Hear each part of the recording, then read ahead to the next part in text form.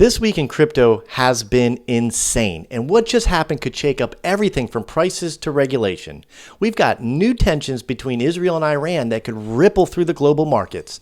The Genius Act finally passed, potentially unlocking huge clarity for the US crypto investors.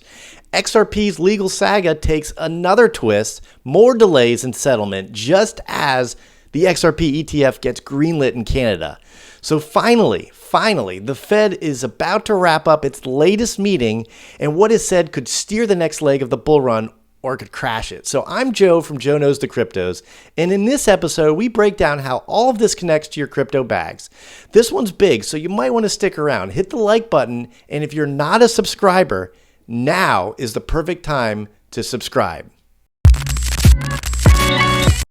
So first up, Israel and Iran conflict is still going pretty darn strong and scary to a lot. So with new threats and warnings from Iran, the U.S. weighs getting involved or not. So it comes down to a 30,000 pound bomb that the U.S. has that Israel needs to finish off the nuclear program of Iran because the program is hidden deep in a bunker, deep in a bunker, 200 meters down that this 30,000 pound bomb can get to.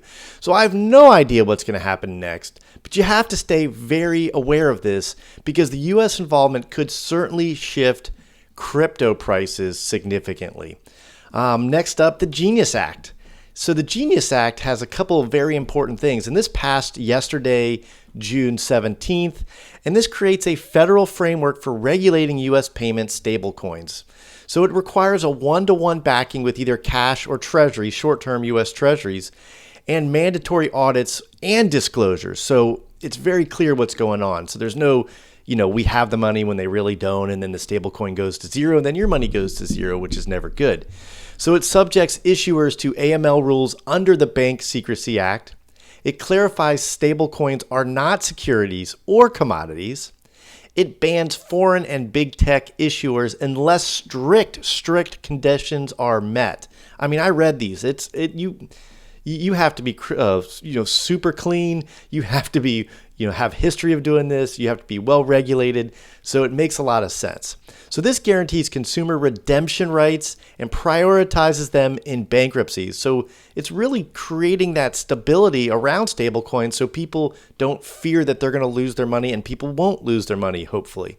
So this includes conflict of interest rules for lawmakers and executive officials. This is all pretty standard stuff, but it's very highly regulated financial things that we're going to see, or we have already seen a huge onboarding into stables. It's going to get huge, but it's also going to be able to help the US dollar become more stable because you have to have dollars to back these stable coins, and you have to either buy dollars or treasuries. So this bodes very well for the US financial system globally. So XRP, gosh, this one has been going on, as you know, for a very long time. And everyone was really hoping that we would be done on the 16th. That was the day for settlement to be finished. So, well, as you well know, probably by now, this did not happen. So Ripple and the SEC jointly asked the Second Circuit Court of Appeals to pause the appeal process until August 15th, 2025. So this gives the lower court time to act on a new motion. So they've asked Judge Torres, the judge reigning over this judgment, to modify her final judgment. They want to dissolve the injunction against Ripple and reallocate the $125 million penalty assessed, suggesting that $50 million goes to the SEC and $75 goes back to Ripple. So after a May denial, they got pushed off. They got denied basically their injunction, their moving the final judgment.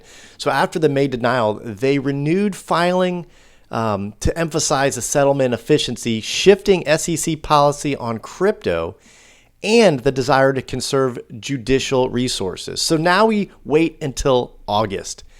So it could happen sooner, possibly. However, I would not bank on it. But if it does, it will spin markets pretty quickly. We have this last piece of XRP news, and this is kind of big. The ETF has been approved in Canada. So Canada, first ever spot ETF for XRP, began trading on June 18th. And that's on the Toronto Stock Exchange under tickers XRPP, XRPP.B, and a couple other ones. So Canada joins Brazil and Switzerland in offering spot XRP ETFs. So the U.S. issuers like Franklin Templeton, Bitwise, and Grayscale are still pending their SEC approval. And they're estimated at like an 85% likelihood for U.S. launch later this year. I, for one, would be very excited about that. We've seen what the ETFs have done for Bitcoin. Not so much Ethereum yet, but I think that's still coming, and there's still a fair amount of ETF Ethereum out there, but I think we're going to see more in the near future. Possibly not financial advice, not your financial advisor, and all these things.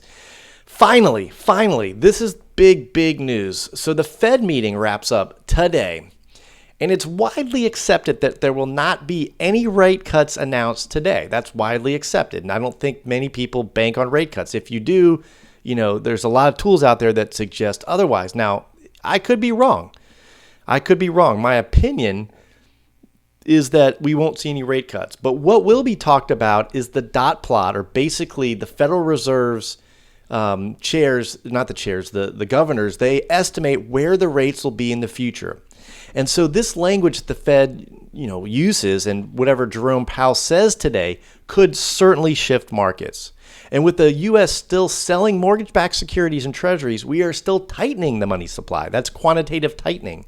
The language used may talk about what is happening with quantitative tightening, and maybe we will hear of a policy relaxing and maybe a move away from quantitative tightening and towards quantitative easing. And obviously, a loosening of the money supply has the ability to greatly move markets, and surprises can certainly shift sentiment in a hurry. So this Nick Timiraos, probably said his name 1,000% wrong, but this gentleman is a reporter, and he has been said to be the Fed whisperer. And he is saying that, he wrote this, he says, there are good reasons to think the Fed would be preparing to cut interest rates this week due to recent improvements on inflation, if not for the risk that tariffs pose to prices. So it says the past 5 years have, I think, changed people's perception of inflation, what can happen. So he's kind of justifying that there probably won't be an interest rate cut today, but there's a sentiment out there that rate cuts are needed. And obviously Trump is pushing that hard because he thinks money supply is too tight right now with what's going on in the world, and that the economy is not as rosy as the picture painted by the Fed. That being said, it will be a wild ride today for sure between Iran and and the Fed and what's going on with XRP. So just remember, I'm going to give you a full update after the announcement today. So make sure to hit the subscribe button and bell notifications now. And with that, I'll see you next time.